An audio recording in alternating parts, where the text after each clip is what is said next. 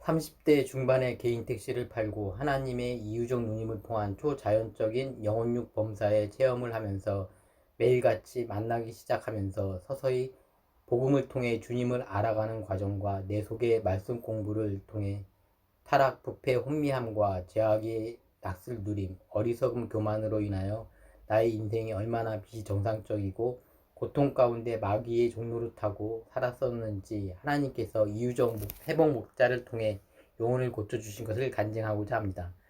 모든 영광을 하나님께 올려드립니다. 목사님과 시작은 처음엔 사촌 누님으로 두 번째 만나게 되었는데 첫 인상이 내 마음에 쏙 들어서 이분을 만나면 무엇이든지 도와드리고 싶은 마음이 있었고, 그러던 어느 날 20대 중반 누님께서 다니시던 교회에 다니자고 해서 몇 번 따라 나갔으나 더 이상 관심과 신앙의 뿌리가 없어 그렇게 몇 년이 지나고 다시 누님이 다니시던 순복음교회에 참한 아가씨를 소개받고 싶어 누님의 인도로 순복음교회 청년회를 소개받아 몇 번 나갔었는데 그것도 적성이 안 맞아 누님의 남편이 매형의 남성구역 예배에 참석하며 가끔씩 교회에 따라 나갔습니다. 아무 체험도 없는 시간이 흐르던 어느 날 개인 택시를 그만두고 쉬고 있었는데 누님으로부터 전화가 와서 하나님께서 저를 말씀 공부를 해주라고 하셨다는 말씀을 듣고 신기하고 놀라하면서 마침 아무 일도 안 하고 있었기에 자연스럽게 누님 댁에서 말씀 공부를 하게 되었습니다. 그 자리에는 지금처럼 여러 사람이 와 있어서 공부를 하게 되었습니다. 처음 배운 말씀은 구원론이었었는데 무슨 뜻인지는 모르나 세상과 중간과 빨간색 펜으로 예수피를 강조하면서 하나님 나라를 선명해 주었습니다. 저에겐 낯설고 신기하면서도 이런 말씀들이 다른 이들도 들려주고 싶은 생각이 들었습니다. 나도 모르게 부재 중 조금씩 은혜를 받으면서 다른 사람에게도 전해주고 싶은 생각이 들었지만 계기가 없었는데 만난 지 몇 달 안 되는 제 친구였던 지금의 이원석 강도사를 친구들 모임에서 만나서 얼굴이 좋아졌다는 말에 사촌 누님 댁에서 말씀 배운다고 뜬금없는 답변을 하게 되었는데 이것이 이 강도사에게는 잘못된 곳으로 빠졌다는 생각으로 여겨져서 빠져나오도록 도와주게 주어야겠다는 마음으로 누님 댁에 와서 말씀을 듣게 되었습니다. 첫날부터 이 강도사는 말씀의 은혜를 받게 되었고 좋고 은혜 받았다는 말에 말씀 끝난 후 빵집에서도 따로 만나서 이야기를 하다 보니 나도 모르게 은혜의 눈물이 나왔습니다. 말씀을 배우면서 은혜를 받았고 이 강도사는 굉장한 은혜를 받아 다니던 교회를 옮겼고 말씀 배우는 오가는 시간을 줄이기 위해 누님 댁 근처로 이사까지 오게 되었습니다. 누님 댁 근처로 오면서 순복음 교회를 다니게 되었습니다. 누님 댁에서 말씀 공부를 배우면서 초자연적인 체험을 하게 되었는데 내 안에 이상한 것들이 기어다니고 움직이는 것을 경험하면서 누님께서 축사를 받았고 내 안에 악한 것이 많다는 것을 느꼈습니다. 지금 생각하면 거듭나기 위한 성령님의 구원을 위한 준비 단계였습니다. 시간이 흘러서 어느 날 말씀과 직장 생활을 병행하기 시작되었습니다. 직장 생활을 하기 전 이유정 목사님이 저에게 하나님이 버스를 하게 하신다고 저에게 말씀하셨지만 저는 안 믿었습니다. 이유는 버스를 손 놓은 지 오래되어서 감각도 없고 버스 회사에 관련된 사람을 통하지 않으면 절대 들어갈 수 없었기 때문입니다. 그러고 난 뒤에 처음에 회사 택시 운전을 하기 시작했고 그러다가 예전에 같이 일하던 친구를 만나서 한성 운수 버스 회사에 취직을 해서 버스에 가스를 충전하는 일을 하였습니다. 그러다가 어느 날 친구가 경기도에 가면 버스 운전을 하고 경력을 쌓으면 서울에 다시 와서 서울 버스를 운전할 수 있다는 말을 듣고 그 소식을 이유정 목사님께 이야기를 하니 그렇게 하라고 말씀하셔서 회사를 그만두고 친구하고 김포에 있는 김포교통에 가서 이력서를 넣고 일을 시작하기로 마음먹었는데 정보를 통해 들리는 소문은 회사가 평판이 아주 나쁘다는 말로 들렸지만 친구와 같이 일을 하니 그래도 할 수 있을 것 같아서 시작했습니다. 하루 이틀 일을 하면서 점점 느끼는 몸의 고통이 시작되었는데 과속을 하다 보니 위험한 경우가 종종 나타났고 시간에 쫓기어서 밥 시간에 길이 막히면 밥을 제대로 먹지 못하고 몇 쌀락 못 두고 운행 나가기 시작되는 것이었습니다. 또한 하루 종일 일하고 쉬기 때문에 저녁이 되면 졸음운전에 눈꺼풀이 나도 모르게 내려와서 큰일 날 뻔도 하였습니다.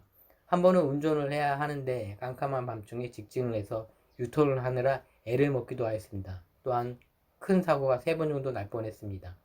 첫 번째로 잘 기억은 안 나지만 왕복 10차로 정도 되는 포장도로에서 과속으로 언덕고개를 넘어가는 중 차가 올라갈 때까지만 해도 차가 고속도로였습니다. 언덕을 지나 내려가자 마자 차들이 꽉 막혀 있어서 브레이크를 얼마나 나누어 여러 번 밟았는지 박았다 하는 생각이 내 머리에 스쳐 지나갔습니다. 그 순간 승용차 뒷범버 정확하게 멈추었던 것이었습니다. 그때 상황은 뒷범버를 받은 것 같은데 현실은 차가 안 받은 일이었죠. 천사가 도와준 것 같습니다. 두 번째로 어느 날 버스 계기판에 냉각수에 빨간불이 들어와서 상태의 심각성을 느끼고 보니 라디에이터 호스가 부식이 되어 물이 새어나온 것을 보고 물을 사다가 캡에 물을 붓다가 뜨거운 물에 손목에 데어서 병원에 가서 치료를 받고 집에 와서 눈물이 나기도 했습니다. 눈물이 난 이유는 나에 대한 연민과 내가 왜 이런 데까지 와서 이런 고생을 하나 이런 여러 가지 이유였습니다.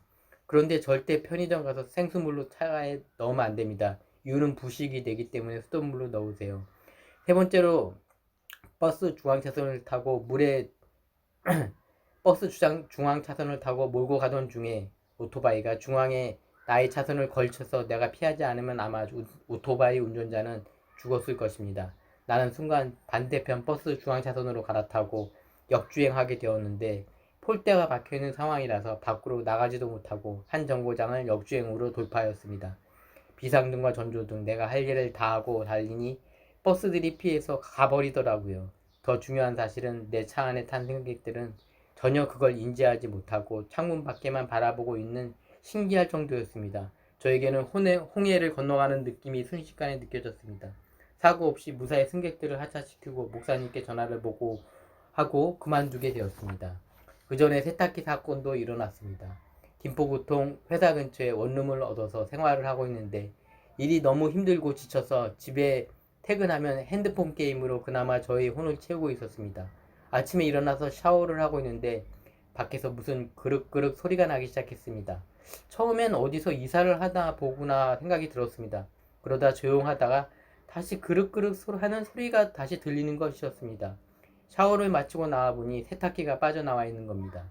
문제는 벽박이 세탁기라서 절대 움직이지 못하는데 나왔다는 사실이고, 두 번째는 드럼 세탁기라서 무거워서 혼자서는 움직일 수도 없다는 것인데 움직인 것에 놀라서 식은땀이 나의 등대서 나고 아침인데도 불구하고 무서워서 한참 동안 떨었습니다. 하나님이 하신 것을 그제서야 느꼈기 때문입니다. 훈련 중인데도 불구하고 나의 죄성으로 인해서 주님이 노하신 것입니다. 그러다가 서울의 버스 회사까지 오게 되었고 여기서도 험난한 일들이 저를 기다릴 줄 전혀 모르고 있었습니다. 그리고 일에 대한 강한 프레스 눌림으로 하나님께서 서울버스 운전을 해주신다는 목사님이 말을 새까맣게 잊어버리고 있었던 것입니다.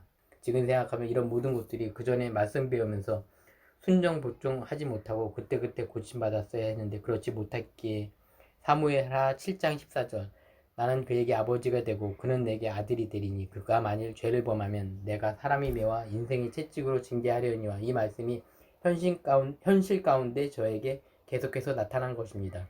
그러한 원인들 중 한 가지는 나의 마음에 양은 냄비 같아서 은혜 받을 때는 혹 따라 올라오지만 금방 차가워지는 성격이라서 시간이 지나면 원점으로 돌아오는 은혜가 언제가 왔는지 알 수 없는 상태였던 것입니다. 이제와 생각하면 성화사역이 얼마나 중요한 것이고 내가 홀의 고침을 받지 못하면 주님께서도 나를 어떻게 하실 수가 없어 계속해서 징계와 연단으로 돌아가시는 것입니다. 감사합니다.